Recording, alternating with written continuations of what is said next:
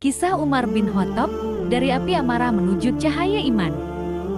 Di padang pasir yang tandus, lahirlah seorang anak dari kabilah Quraisy yang gagah dan disegani. Namanya Umar bin Khattab. Sejak kecil, ia sudah ditempa dengan keras oleh ayahnya, Khattab bin Nufail.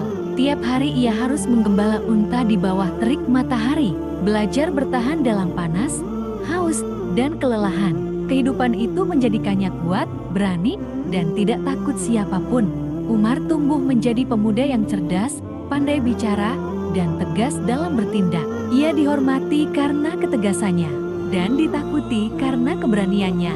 Bagi Quraisy, Umar adalah simbol kekuatan. Seorang lelaki yang suaranya saja bisa membuat orang lain gemetar.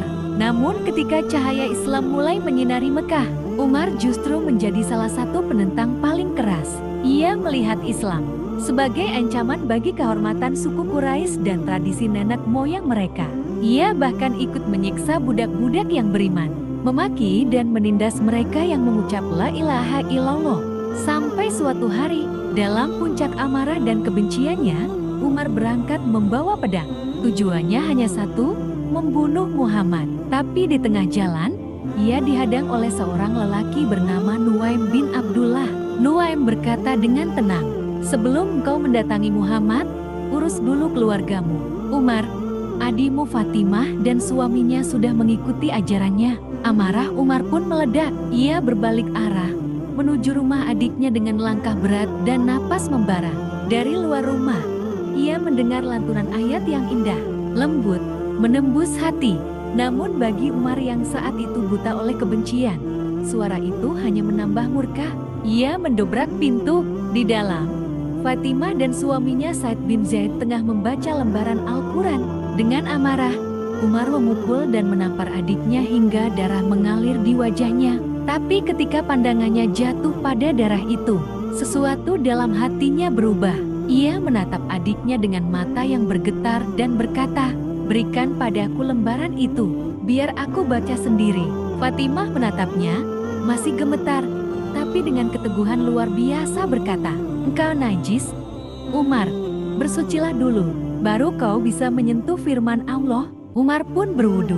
Tangannya yang dulu sering memukul, kini menyentuh lembaran wahyu dengan hati yang bergetar.